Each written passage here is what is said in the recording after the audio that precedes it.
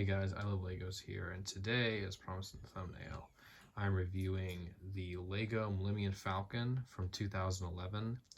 This set actually ran for an unusually long time. It ran from 2011 to 2014, so 3 years, which is actually pretty long for a Lego set. Usually they don't run that long, but that's because this one's a really big one. So yeah, this one's pretty cool. This one kind of set the standard for what a lot of modern Millennium Falcons looked like.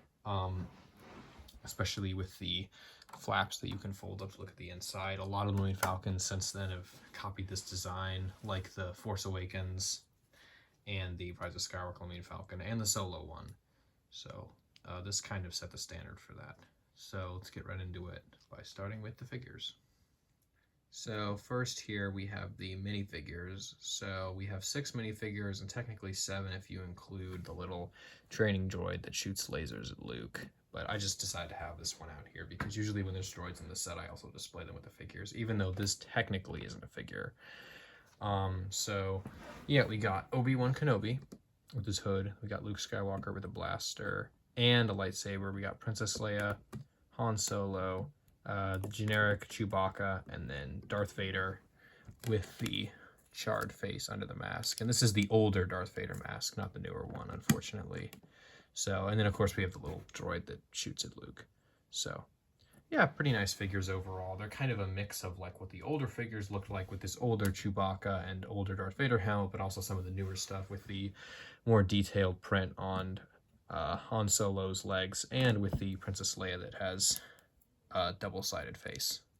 So kind of a mix of the old and new styles of stuff. Kind of that 2011 was kind of that transition, like 2011 2010 was kind of that transition from the older Lego Star Wars stuff to the more modern stuff.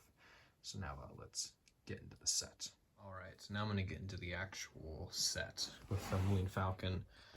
So this is the newer version of Millennium Falcon with the flaps. I think pretty sure this was the first version that had the flaps where you can completely open up the inside, which I think is a very cool feature that they added. And obviously there's some areas that are hard to get into, but for the most part you can pretty much see inside. You can have Chewbacca over at the chess-like table.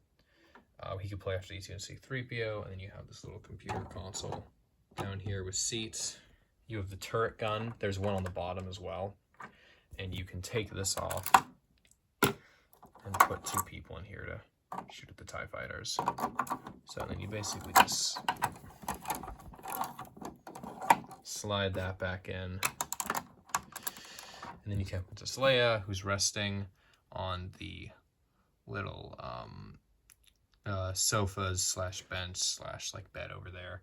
You have the hyperdrive back here with a little drink, and then you can have a little droid shooting at Luke. You can also put blasters right there, and they have a cool thing that you can do. Luke is double-faced, double-sided, and you can have him with the blaster shield helmet on where you can't see anything. And then you can also take the helmet off and rest it right here. And Luke isn't wearing it. So you can do that. And then you have, over here, you have a little hiding cargo smuggler thing they hide in the movie. You could put someone in there, and then you have the ramp right over here. Yep, the ramp right over there. And then you have the cockpit, which this is my biggest problem with the set, is that you can only actually you can put 2 people in the cockpit, but it is so small and incredibly spacious. You can like barely fit Han and Chewbacca in the cockpit, and honestly, it's kind of annoying. I wish the cockpit was bigger. They have made the cockpit bigger in the UCS sets, but the UCS Millennium Falcon is like $800, so yeah, not quite sure that's worth it for just getting the cockpit. But that's a set for another day.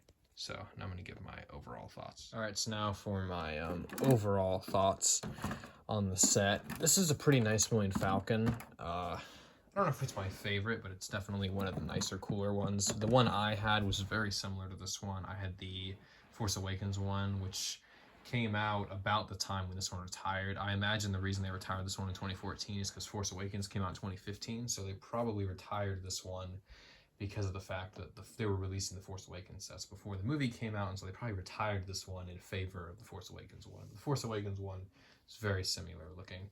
One of the really big differences, though, is a different radar dish. So, but otherwise, they're pretty similar. So yeah, overall, I think this one's pretty good. I like this set. It's 200. It's 1,254 pieces, and it cost $40 when it came out. It's a pretty good price, I would say. Say it's about fair. I think 120 maybe would have been better. Still a little overpriced, but it still comes with some pretty cool figures. I mean, really all you're missing that you needed was R2D2 and C3PO, and you pretty much have everyone except for them. And maybe you could have added some stormtroopers, but you know, overall I think it's pretty nice, and it's definitely the nicest Millennium Falcon that had come out at the time, besides maybe the USCS Millennium Falcon that had come out, but that had been retired at that point. So overall, I think I'm going to give this set 9 out of 10. I think it's a very good set. A couple things to hold it back, like the cockpit, but overall, it's a pretty cool set. So comment down below what you think of this set, and like and subscribe.